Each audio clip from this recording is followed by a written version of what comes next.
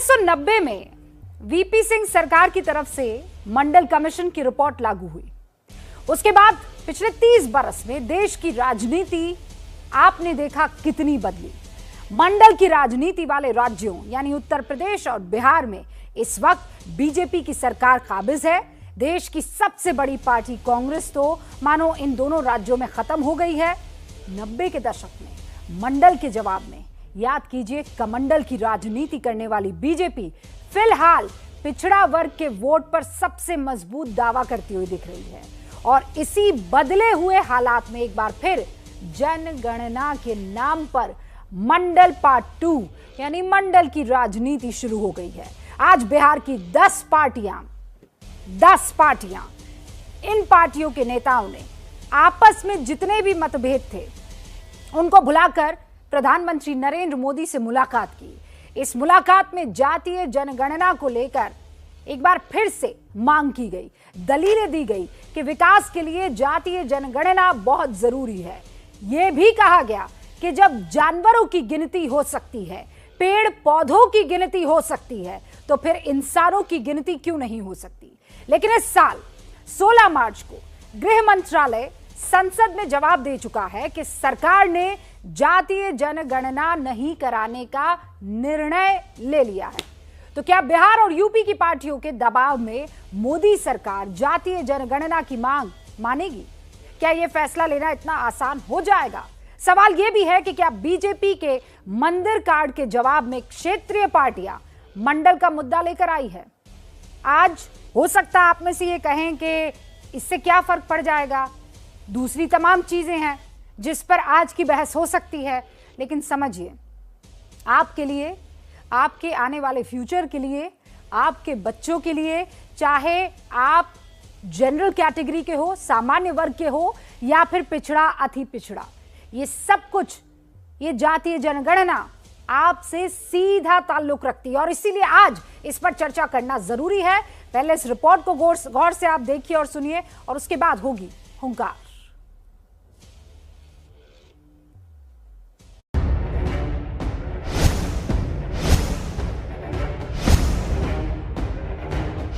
कि हम लोगों की बात पर जरूर गंभीरतापूर्वक ध्यान। जब धर्म की जनगणना हो रही तो जाति का क्यों नहीं होना चाहिए, इसका जवाब दीजिए। पहले देश के प्रधानमंत्री जी का निर्णय हम देशवासियों को, बिहार प्रदेशवासियों को शरांखों पे रहेगा।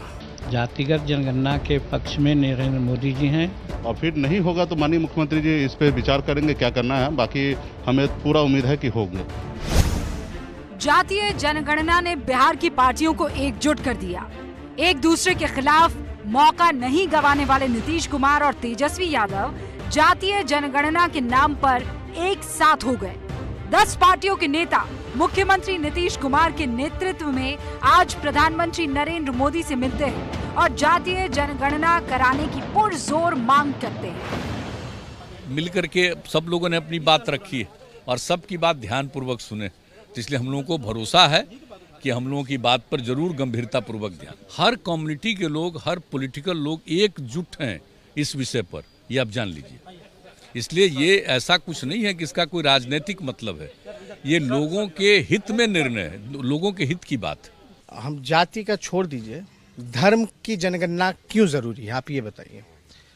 जब धर्म की जनगणना हो रही है तो जाति का क्यों नहीं होना चाहिए, इसका जवाब दीजिए। पहले सवाल ये भी उठ रहा है कि क्या जातीय जनगणना के नाम पर नीतीश और लालू एक बार फिर करीब आ रहे हैं? लेकिन लालू के बेटे तेजस्वी यादव ने इस सवाल को खारिज कर दिया। ऐसी राजनीति जो है नेशनल इंटरेस्ट, कोरोना महामारी में भी हम लोगों ने सहयोग दिया था सरकार को, मदद बोला भी था मुख्यमंत्री जी को हर एक बाटे में जहाँ जरूरत पड़ेगी हम देंगे। तो जब भी इस तरह के जब सवाल आएंगे तो हम लोगों को एक होना होगा। तकरीबन पौने घंटे का मीटिंग चला और माननीय प्रधानमंत्री जी ने सभी का बात उन्होंने सुना और मुझे उम्मीद है कि समय आते हुए इस पर निर्णय लेंगे। प्रधानमंत्री के सामने बिहार की पार्टियों ने अपनी बात रख दी है। फैसला प्रधानमंत्री को लेना है, लेकिन ये फैसला इतना आसान नहीं होगा। सरदार पटेल जातीय जनगणना को सामाजिक ताने बाने के खिलाफ बताकर ये मांग ठुकरा चुके हैं। सरदार पटेल को आदर्श मानने वाली सरकार के लिए उस फैसले को पलटना मुश्किल होगा।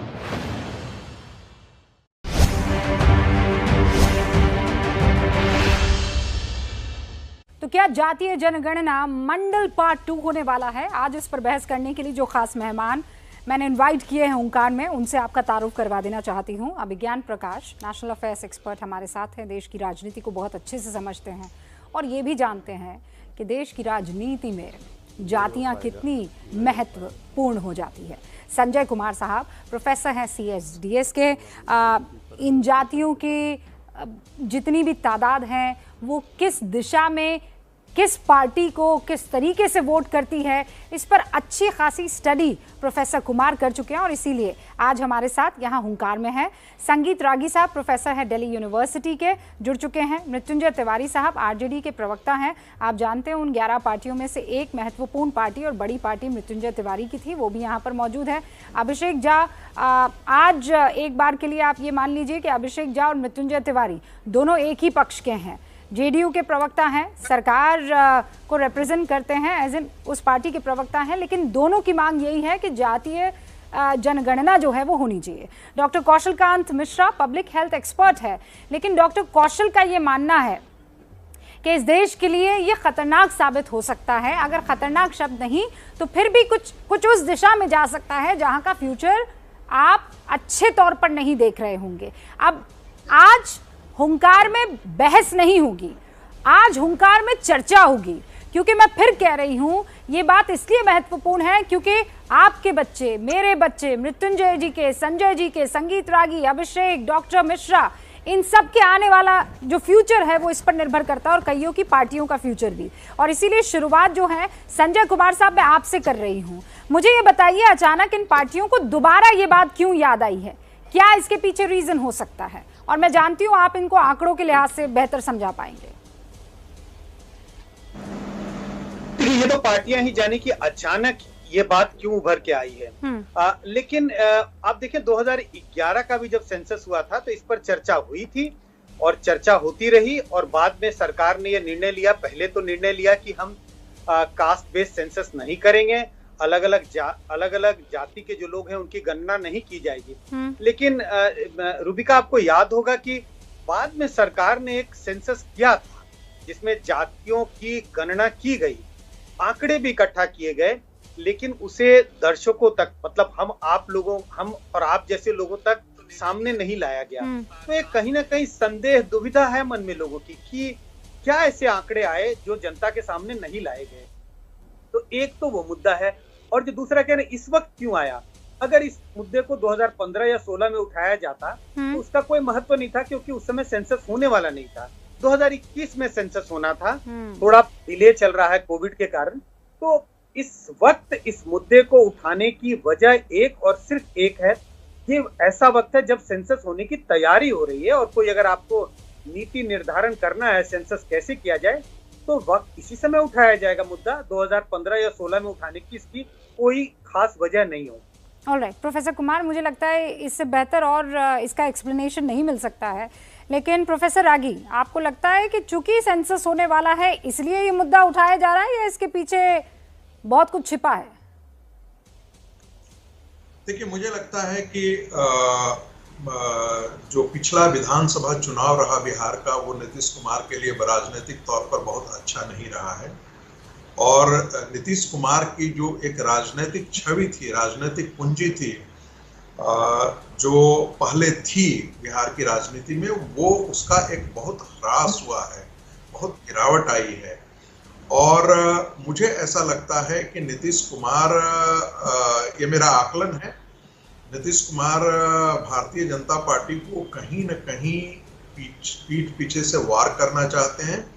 और उनको इसीलिए उनको लगता है कि जब हम जातीय विमर्श लाएंगे तो वो भारतीय जनता पार्टी के राजनीति को गहरा चोट पहुंचाएगा। तो कहीं न कहीं यह बदले की राजनीति है भारतीय जनता पार्टी के साथ। मैं बहुत स्पष्ट तौर पे कहना चाहता हूं कि नीतीश कुमार अब देख रहे हैं कि बिहार की राजनीति में वो अब उनका एक पराभव शुरू हो चुका है। और हो सकता है, ये मेरा एक विश्लेषण का हिस्सा है, कि हो सकता है कि चूंकि विपक्ष के अंदर कोई बड़ा चेहरा नहीं है जिसे राष्ट्रीय छवि पर उनको एक्सेप्ट किया जाए, तो इसमें कोई दो राय नहीं होगी कि नीतीश कुमार चूंकि सबको धोखा देते रहे हैं, इसलिए इसमें कोई आश्चर्य नहीं होगा कि भारतीय जनता पार्टी को धोखा देकर के वो 2024 से पहले अपने आप को विपक्ष के राजनीति के केंद्र में बनना चाहेंगे। ओके। एक और बात में एक थोड़ी सी कुछ, यदि 1 मिनट समय हो तो मैं और चीजों का जोड़ लूं क्या इसमें? हाँ, प्रोफेसर रागी, अगले हिस्से में हाँ, मैं आपके पास अगले हिस्से में आऊंगी, क्योंकि मैं अभी चाहती हूँ कि एक बार सबका ओपनिंग रिमार्क ले ले। आपने कहा पीछे, अच्छा 10 सेकंड, चलिए 10 सेकंड तो दे देती हूँ मैं आपको। देखिए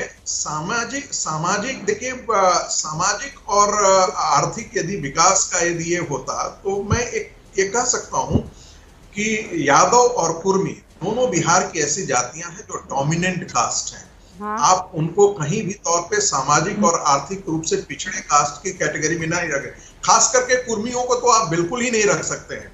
और नीतीश कुमार की ईमानदारी तब मानी जाती जब वो कुर्मियों को इस आरक्षण की श्रेणी से बाहर निकाल करके तब आरक्षण की राजनीति बात करते, लेकिन वो नहीं कर रहे हैं। कल जाकर के ये भी सवाल उठ सकता है कि 4%, 5% कुर्मी की आबादी जो है वो 15 साल से सत्ता में है।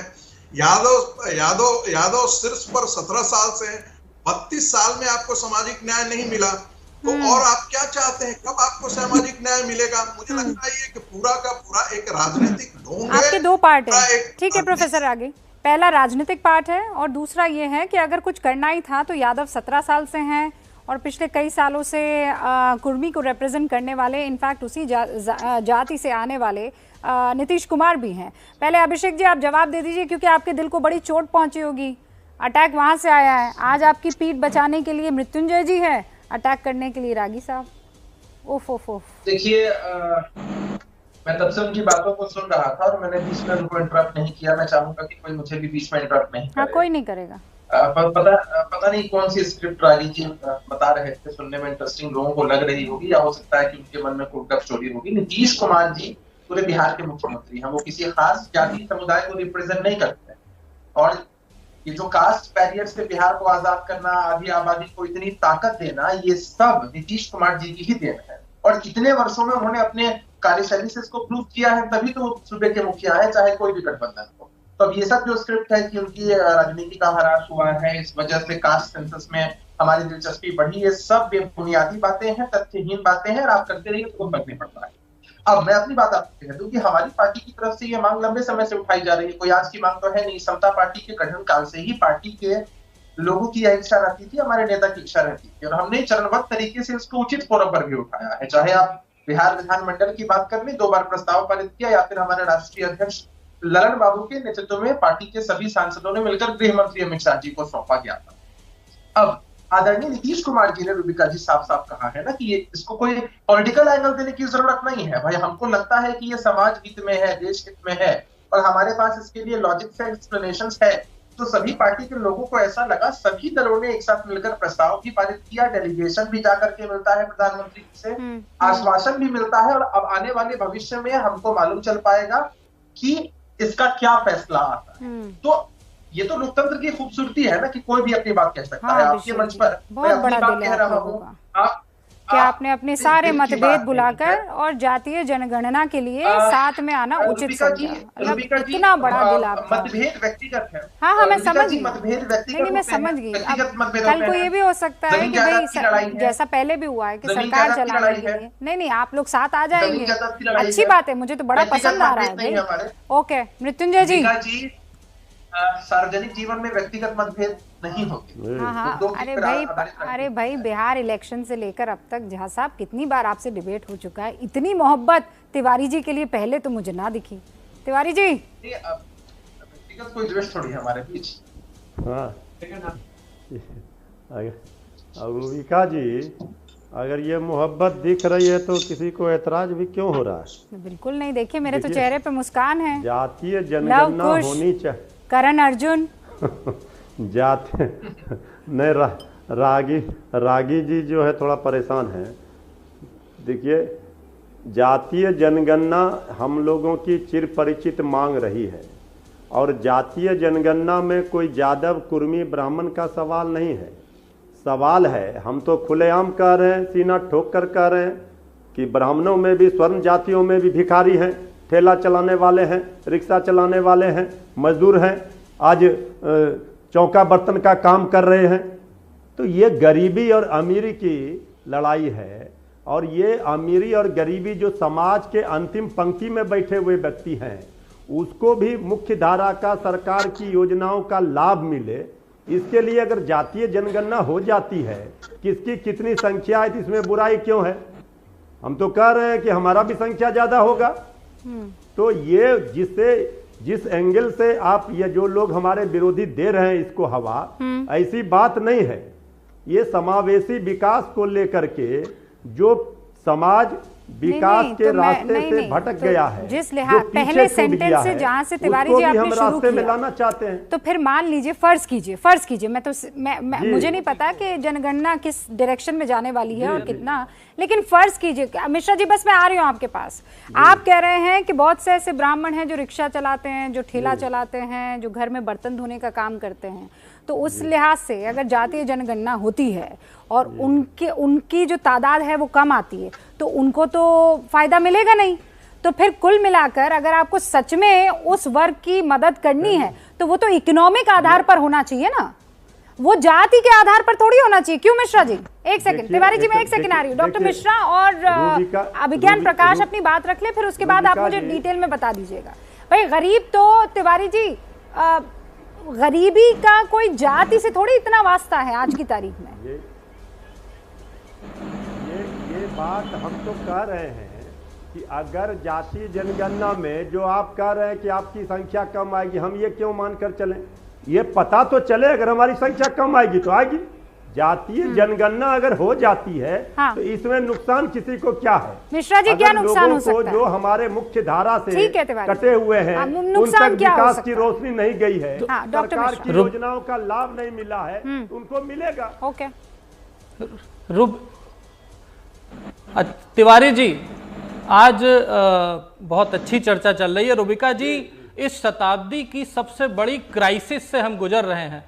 कोरोना महामारी जो शताब्दियों में एक बार आती है, क्या आपको लगता है कि इसके ट्रीटमेंट में, इसकी दवाई की सप्लाई में, इसके वैक्सीनेशन में क्या हमें किसी जाति की जरूरत पड़ी है? नहीं, ये सिर्फ और सिर्फ पॉलिटिकल विल की बात है। अगर सरकार सबका साथ देना चाहती है, सबको बचाना चाहती है, तो जिस तरह से कोरोना में काम हुआ है उसी तरह से किसी को भी बचाया जा सकता है। तिवारी जी बहुत फोकस कर रहे थे कि गरीबी और अमीरी। तिवारी जी, मैं ये जानना चाहूंगा कि जब बीपीएल के आंकड़े हमारे देश में अवेलेबल हैं, जिसमें गरीबी और अमीरी सामने नजर आ रही है, तो उससे जात की जनगणना करके आप क्या करना चाहते हैं? रुबिका जी, मैं बताता हूं क्या करना चाहते हैं। हो ये रहा है कि इस समय जब ये समझ लीजिए कि जब से मोदी जी की सरकार आई है, जो इस पे चल रही है, सबका साथ सबका विकास के कॉन्सेप्ट पे चल रही है, जिस तरह से ये सरकार चल रही है, इस तरह से जो बाकी विपक्षी दल हैं या स्टेट के छोटे छोटे जाति आधारित दल हैं, उनको अपना फ्यूचर नजर नहीं आ रहा है। Nitish ji chief minister BJP के सपोर्ट से हैं, लेकिन उन्हें यह मालूम है कि अगली बार वो चीफ मिनिस्टर नहीं बनने वाले हैं। कंप्लीट करने दीजिए। तिवारी जी क्या कह रहे हैं? तिवारी जी, ऐसे डिबेट नहीं होता है, सुनने का मादा तो रखिए। मैंने आपकी बात सुना। नीतीश जी को इस बात का भरोसा नहीं है कि वो अगली बार सीएम बन पाएंगे, और यही वजह है कि नीतीश जी, जो रागी जी ने कहा है, मैं उसकी बात से पूरी तरह से सहमत हूं कि यह केवल पॉलिटिकल मुद्दा है जो अगले इलेक्शन को ध्यान में रख के खेला जा रहा है। और मैं बीजेपी के लिए बता दूं, बीजेपी ने अभी तक अपने ग्राउंड पे खेला है। उसका ग्राउंड क्या है? हिंदूवाद एंड सबका सबका विकास, पहली बार, और वो अभी तक जीतती आई है। अगर वो कास्ट के कॉन्फ्लिक्ट में फंस गई तो वो बीजेपी के लिए घातक होगा। ये मेरी एडवाइस है, और ये देश के लिए भी घातक होगा। आज जहां पर तालिबान की बात हो रही है, वहां हिंदू को डिवाइड करने की बात हो रही है। एक तरह से हिंदू को विखंडित करके जाति आधारित पार्टियां अपने 5 साल का केवल विकास देख रही हैं। आप कह रहे हैं सबका साथ सबका विकास, फिर आप कह रहे हैं हिंदुओं को बांटने का काम हो रहा है, फिर आप कह रहे हैं हिंदूवादी विचारधारा के साथ जो है बीजेपी आगे बढ़ रही है। मुझे समझ में नहीं आ रहा। पार्लियामेंट में अपने मंत्रियों का परिचय कराते हैं जाति के आधार पर। हिंदुस्तान की बात कर रहा हूं मैं, हिंदुस्तान की, रुबिका जी, मैं हिंदुस्तान की बात कर रहा हूं, और हिंदुस्तान में रहने वाला हर आदमी हिंदू कहा जाता है, क्योंकि वो हिंद के इस तरफ रहता है, सिंध के इस तरफ। इसीलिए हम उसको हिंदू कहते हैं, और यही बात सभी को माननी चाहिए। हम जब से जाति आधारित पॉलिटिक्स करते रहे हैं, आप देखिए जब कांग्रेस की गवर्नमेंट स्ट्रांग थी 70 के दशक में, तब वीपी सिंह आए अपनी जाति आधारित पॉलिटिक्स लेकर के। अब दोबारा मोदी जी स्ट्रांग हुए हैं तो ये दोबारा जाति आधारित पॉलिटिक्स लेके आए हैं। जाति सामाजिक सच्चाई है, लेकिन हमारा कॉन्स्टिट्यूशन बीजेपी जातिवाद नहीं करती है। बिल्कुल सही है तिवारी जी, हमारा कॉन्स्टिट्यूशन, हमारा सरदार पटेल के सामने, सरदार पटेल के सामने, तिवारी जी, सरदार पटेल के सामने इसी रिक्वेस्ट को लेकर पहुंची थी बहुत सारी राजनीतिक पार्टियां, और उन्होंने कहा था यह खतरनाक साबित हो सकता है। अभिज्ञान जी रुकिए एक सेकंड तिवारी जी, अभिज्ञान के बाद बहुत गंगा में पानी बह गए। हाँ, गंगा में बहुत पानी बह गया है, लेकिन मुझे ये बताइए तब से लेकर कोई फर्क पड़ा है क्या? जनगणना हो कि ना हो, जितनी भी पार्टियां आई हैं इतने टाइम से वो सत्ता में रही हैं, उन्होंने क्या वाकई अपनी अपनी जातियों के लिए किसी तरह का कोई रद्दोबदल फेरबदल किया है क्या उनकी जिंदगी में? अभिज्ञान प्रकाश देखिए तिवारी जी एक सेकेंड, रूबिका जी, जाति एक सामाजिक सच्चाई है। हाँ है भाई, कोई मुकर नहीं रहा है। अभिज्ञान रूबिका 2-3 पॉइंट एकदम साफ रख दूं मैं। हाँ बिल्कुल क्लियर। जाति भारतीय राजनीति और समाज की एक कड़वी सच्चाई है, पहला पॉइंट। दूसरा पॉइंट, किसी भी राजनीतिक दल की इस देश में यह कहने की हैसियत नहीं है कि वो राजनीतिक वजहों से, प्योरली राजनीतिक वजहों से जातीय और जातीय समीकरण का इस्तेमाल नहीं करता है। कांग्रेस से लेकर बीजेपी तक आज भी राजनीतिक दलों में टिकट बांटे जाते हैं जातीय इलाकों के समीकरणों के आधार पर। और कोई बीजेपी के सज्जन अभी बता रहे थे, तो इनको इतिहास बता दूंगा मैं कि बीजेपी जातीय समीकरण कैसे करती है। सारी पॉलिटिकल पार्टीज ये करती है। कास्ट एक रियलिटी है जिसको ये लोग नाम देने की कोशिश करते हैं सोशल रिफॉर्म के नाम का। आपने एक बड़ा अच्छा पॉइंट रखा है, इसको एक्सपैंड करिएगा आगे, क्योंकि सोशल रिफॉर्म, सामाजिक बदलाव तभी पूरक हो पाता है पिछड़े वर्ग के लिए भी जब वो आर्थिक बदलाव के साथ आता है। इन लोगों का आर्थिक बदलाव का ट्रैक रिकॉर्ड इंडियन पॉलिटिक्स का बहुत खराब है। मैं आपको एक छोटा सा उदाहरण देता हूं, सिर्फ अपनी बात शेयर कर रहा हूं। एक किताब अभी पूरी की है उत्तर प्रदेश में, उसमें 4 अलग अलग अध्याय है जाति से जुड़े हुए। तो मैं आपको बता सकता हूं कि कितना कॉम्प्लिकेटेड होता है ये सारा इक्वेशन।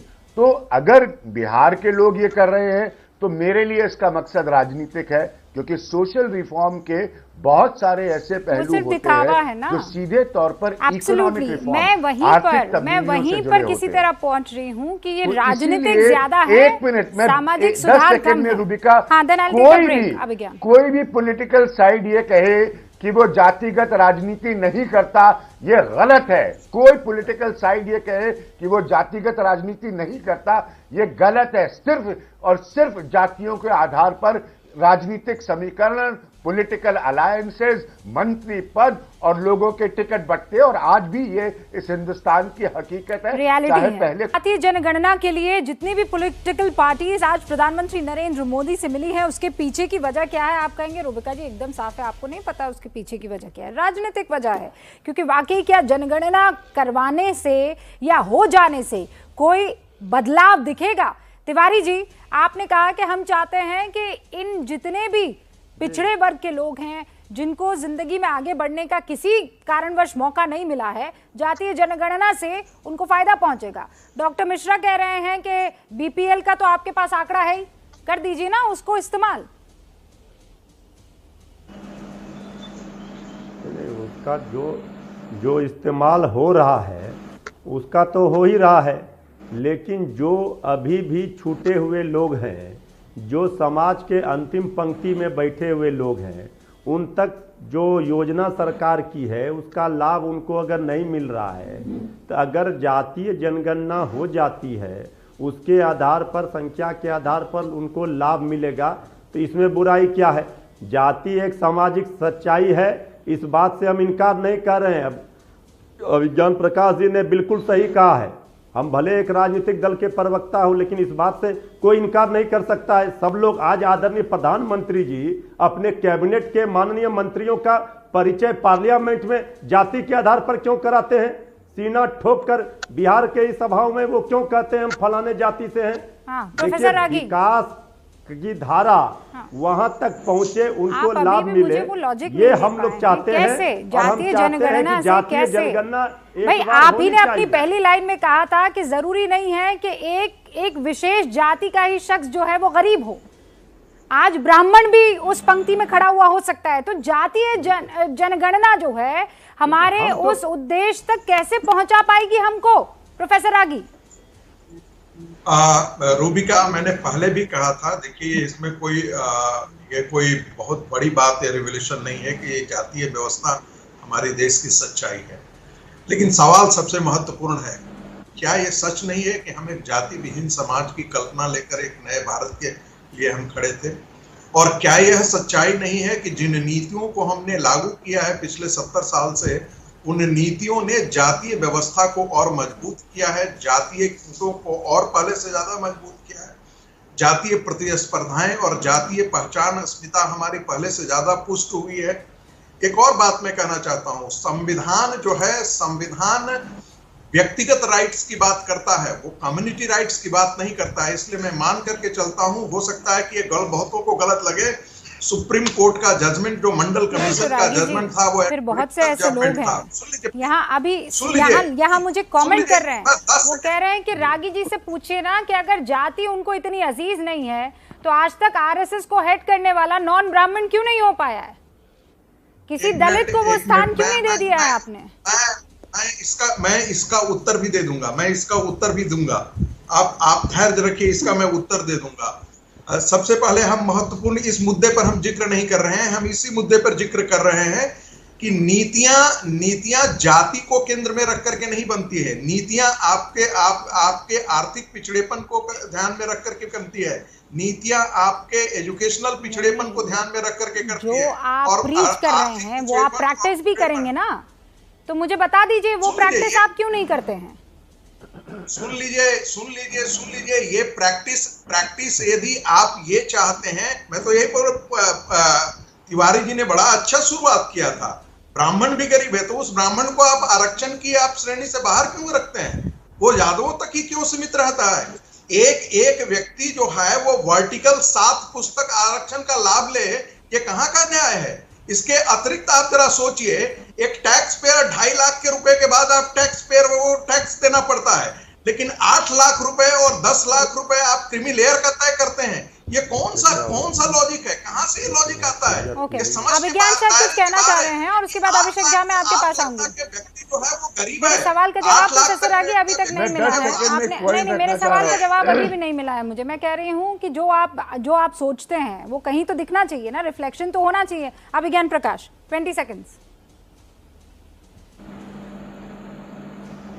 10 सेकेंड में इंक्लूसिव ग्रोथ की जो लोग बात करते हैं, खासतौर पर आज के पॉलिटिकल सिस्टम को देखते हुए, वो ये याद रखें, मैं 2014 से बीजेपी की अपार सफलता जो नजर आती है उत्तर प्रदेश में, कितनी छोटी छोटी जातियों के पार्टियों के अलायंसेज इन्होंने की हैं, ये इसका एग्जाम्पल है।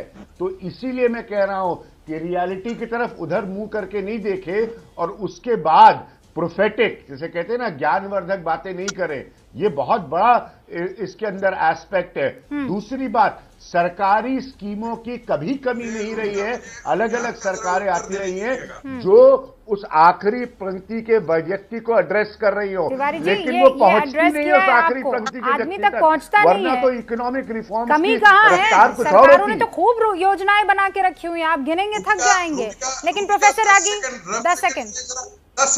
10 सेकंड देखिए, अभिज्ञान बात कर रहे हैं कि जैसे कोई एक जंजाल में फंस गया है तो आप उसी खूंटे के चौहद्दी के बीच में आप घूमते रहिए, आप जातीय विमर्श में बंधे रहिए। अभिज्ञान का सारा तर्क इस बात पर है कि जातीय व्यवस्था एक सच्चाई है। जातियां, हर पार्टियां जो है वो जातियों का अनुकरण करती है, उसी अनुसार पर वो अपने राजनीतिक समीकरण तय करती है। इसलिए आप इस दायरे से बाहर सोचना बंद कीजिए। मेरा तर्क उससे ठीक उल्टा है। आप एक ऐसे समाज के निर्माण के लिए आप चले थे जहां पर जातियों का अस्तित्व नहीं होना चाहिए, और आप उस जातीय खूंटे को आप रोज के रोज मजबूत कर रहे हैं। जातीय संघर्ष और जातीय अस्मिता इससे बढ़ेगी, आप एक बेहतर भारत का निर्माण इससे बिल्कुल नहीं कर सकते। अभिषेक झा, मुझे इस बात का जवाब दीजिए। अभिज्ञान कर रहे हैं, अभिज्ञान जिस चीज की बात कर रहे हैं, ओके, सुना अभिज्ञान ने सुना। मैं चाहती हूँ काउंटर करें अभिज्ञान पर, प्लीज 10 सेकंड्स। ओके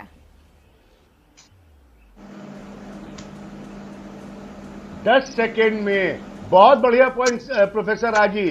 बीजेपी इसका एग्जाम्पल सेट कर देना, ना करे जातिगत राजनीति। कांग्रेस का इतिहास तो बहुत खराब है।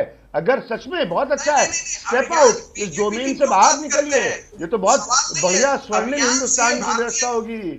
अभिज्ञान नहीं, मैं क्योंकि इस वक्त प्रिंसिपल पार्टी है वो देश के सत्ता में, इसलिए मैं कह रहा हूँ सिस्टम की बात कर रहा हूँ। और आप डॉक्टर मिश्रा, फीजिबल क्या है ये बताइए। तो सबसे अपेक्षा कर रहा हूँ डॉक्टर मिश्रा, फीजिबल क्या है? जो सच्चाई है उसे देखते हुए प्रैक्टिकलिटी को पकड़ना, या सच्चाई है उसे देखते हुए वो राह देखना जो मुश्किल तो है लेकिन डूएबल है।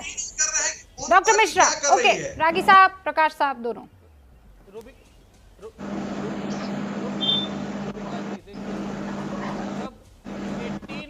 1871 में पहली बार सेंसस हुआ था, और उसके बाद 1881 में पहली बार कंप्लीट सेंसस हुआ था। उस समय जो डेटा कलेक्ट किए गए थे उसमें केवल डेटा पॉपुलेशन के थे, और उसमें मेल और फीमेल था, उसमें कोई जाति और धर्म नहीं था। उसके बाद अंग्रेजों ने उससे आगे बढ़े, उन्होंने मुस्लिम, पारसी और सिखों में डिवाइड किया। उसके बाद आगे बढ़े तो उन्होंने शेड्यूल कास्ट करके उन्होंने बनाया और शेड्यूल कास्ट को एड्रेस करना शुरू किया। 1931 में लास्ट सेंसस हुआ, और उस सेंसस के करने वाले ने लिखा कि हम कास्ट सेंसस नहीं करेंगे। क्योंकि ये ऑलरेडी सोसाइटी के लिए बहुत डिविजिव है, और यही वजह है कि 1941 में सेंसस हुआ लेकिन वो डिस्क्लोज नहीं किया गया। उस समय भी नहीं डिस्क्लोज हुआ था क्योंकि प्रॉपर डेटा नहीं आए थे। जो काम अंग्रेजों ने हिंदुस्तान को डिवाइड करने के लिए किया था पिछले 100 सालों में, वही काम आज दोबारा ये पॉलिटिकल पार्टियां देश के जनता को डिवाइड करने के लिए कर रही हैं। ये बात बिल्कुल सही है कि ये जो कुछ भी हो रहा है ये टोटल पॉलिटिकल हो रहा है। क्योंकि देश की पॉलिसी का पॉलिटिक्स से लेना देना नहीं होना चाहिए। प्रोफेसर कुमार, आपकी बातों का जवाब देना चाह रहे हैं, और अभिषेक झा भी जातीय जनगणना की मांग कर रही है। आप समझिए कि हमने पूर्व में भी इस बात को देखा है कि अंग्रेजों ने देश को, हिंदुस्तान को बांटने की कोशिश की, और ये उसी दिशा में काम हो सकता है। प्रोफेसर कुमार इसका जवाब देना चाह रहे थे, और अभिषेक झा भी। प्रोफेसर कुमार। नहीं, अभिषेक जी ने बार बार इस बात का बहुत विस्तार से वर्णन किया और समझाया कि कैसे जब मतलब जाति की बात होती है तो राजनीतिक पार्टियां, सारी पार्टियां इसके बारे में एक ही तरह का व्यवहार करती हैं।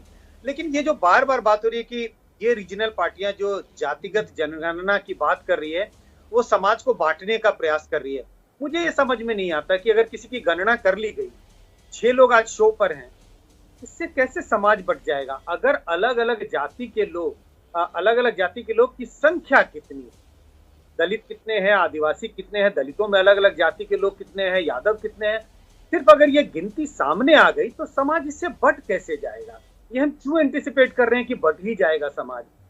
संगीत रागी ने इस बात का जिक्र किया कि खूंटे से बंधे हैं, और क्या हम हमारी जिम्मेवारी है, आपकी जिम्मेवारी है, आप कौन है? क्या इसमें पॉलिटिकल पार्टी शामिल नहीं है? ये सारी की सारी जिम्मेवारी लोगों पर थोप दी जाए कि वो जातिगत चीजों से ऊपर उठ करके सोचे, जातिगत चीजों से ऊपर उठ करके अपने सारे प्रयास करें। पॉलिटिकल पार्टीज की कोई जिम्मेवारी नहीं, जिसका जिक्र बार बार अभिज्ञान कर रहे हैं। टिकट बंटवारा कहाँ से शुरू होता है? जैसे ही राजनीति शुरू होती है वहां जाति सामने आ जाती है। तो ये जैसे ही नंबर आ जाना उससे समाज बट जाएगा, तो मुझे तो लगता है ये बहुत ही मतलब क्या बोलूं उसको कि अब एक अंदेशा, नंबर आ गए चीजें बट जाएंगी, समाज बट जाएगा। क्यों कैसे बटेगा? डॉक्टर मिश्रा बताइए, कैसे बट जाएगा?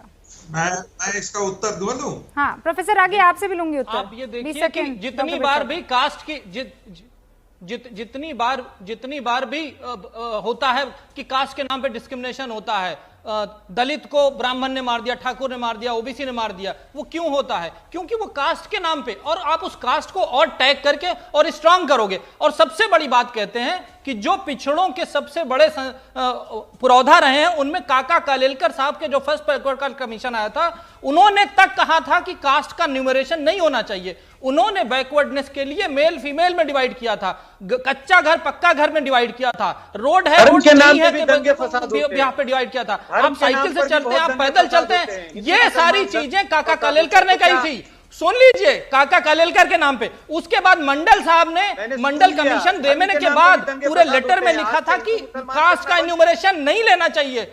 लोहिया जी ने नहीं मना किया, जेपी जी ने मना किया, आपके कारपोरेट ठाकुर ने मना किया कि किसी तरह से धर्म के नाम पे अब इसमें धर्म ले आने। आप तो ये चाहते हैं सारे पॉलिटिकल मिल करके, तो हम और आप जब तक इसको हम और आप जब तक बैठ करके यहां विरोध नहीं करेंगे तब तक ये पॉलिटिकल पार्टियां इसी तरीके से हमारा फायदा उठाते रहेंगी। ये एक सोशल प्रॉब्लम है जिसको पॉलिटिकल रंग देने की कोशिश की जा रही है, और सोशल प्रॉब्लम का सलूशन सोसाइटी से आएगा, ना कि पॉलिटिक्स से आएगा। पॉलिटिक्स केवल 5 साल देखती है, सोसाइटी पूरी जनरेशन देखती है, आगे आने वाला देश देखती है।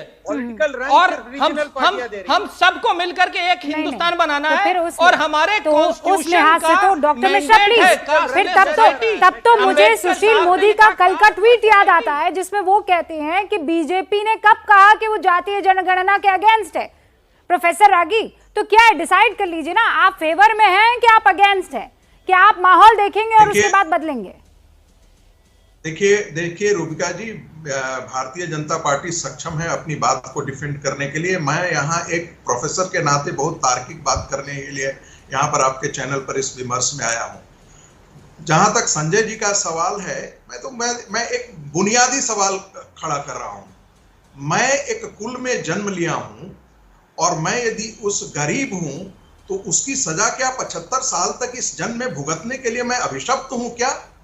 और एक व्यक्ति यदि दूसरे कुल में जन्म लिया है और उसका बैकवर्ड क्लास एक कम्युनिटी बैकवर्ड है, लेकिन वो सक्षम है, हर तरीके से सक्षम है, इसके बावजूद भी वो सरकार से बेनिफिट लेने के लिए। अभिषेक जा, लास्ट 20 सेकंड्स। ओके प्रोफेसर साहब, मेरे पास वक्त की कमी है।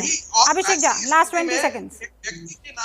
तीन प्रमुख बातें रूबिका जी मुझे कहनी है। थोड़ा शांत हो जाए, सब लोगों को बहुत मौका मिला, आप फर्स्ट स्टेप में मेरे पास आई हैं।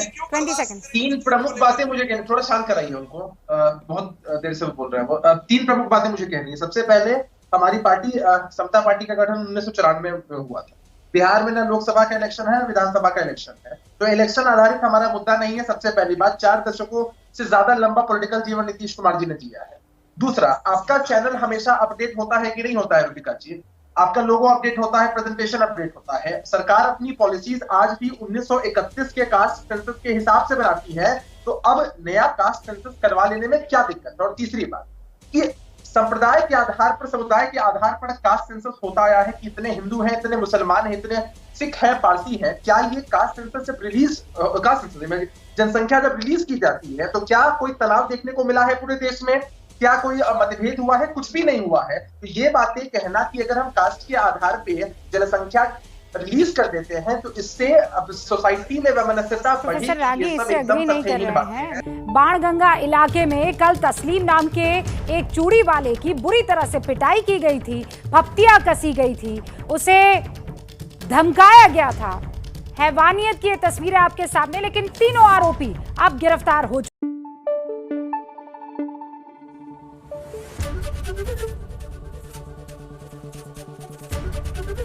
एबीपी न्यूज आपको रखे आगे।